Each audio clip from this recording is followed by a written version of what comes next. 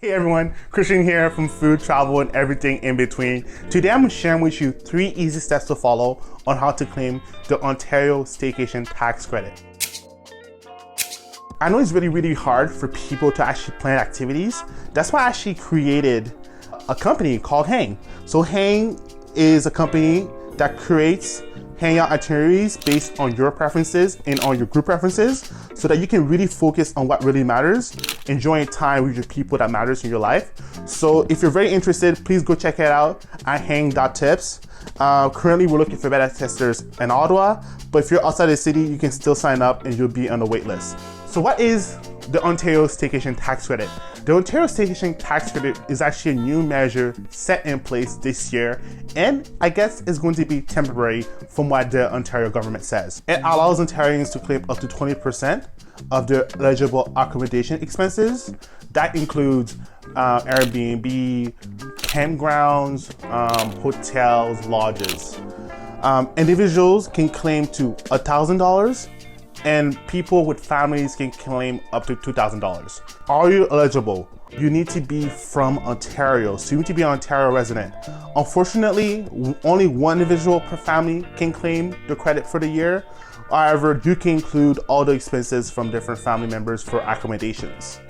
What are permissible accommodations? So short-term accommodations, like it has to be less than a month. Here are some very critical conditions that you need to follow. First of all, you need to have those vacations happen within the year of 2022. So that's January 2022 all the way to December 2022. For individuals, their accommodation where you're staying must have been paid by you.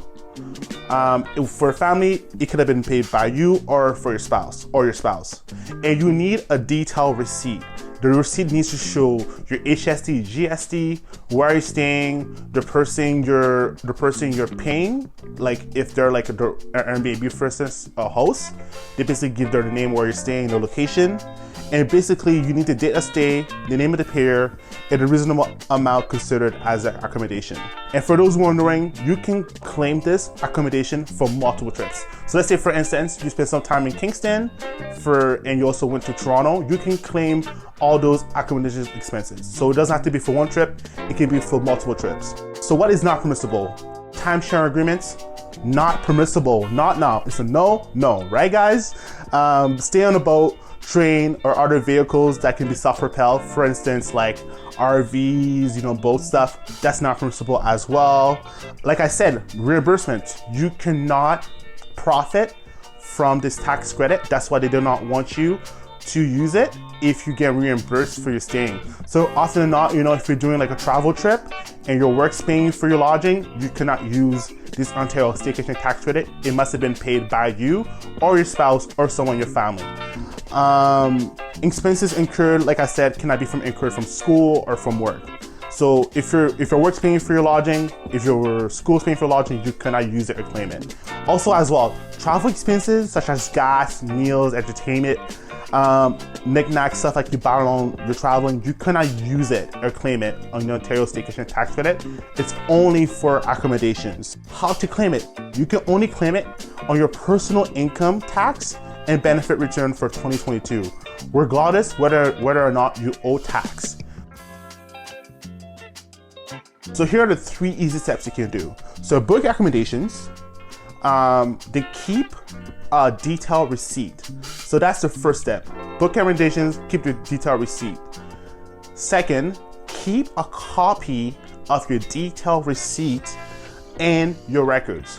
What I often do myself is that I get a copy of it and I'll actually send myself a delayed email when I'm about to file my tax. So usually I file my tax in March of 2020 or 2022 and 2023. So that's when I usually file my taxes is in a March.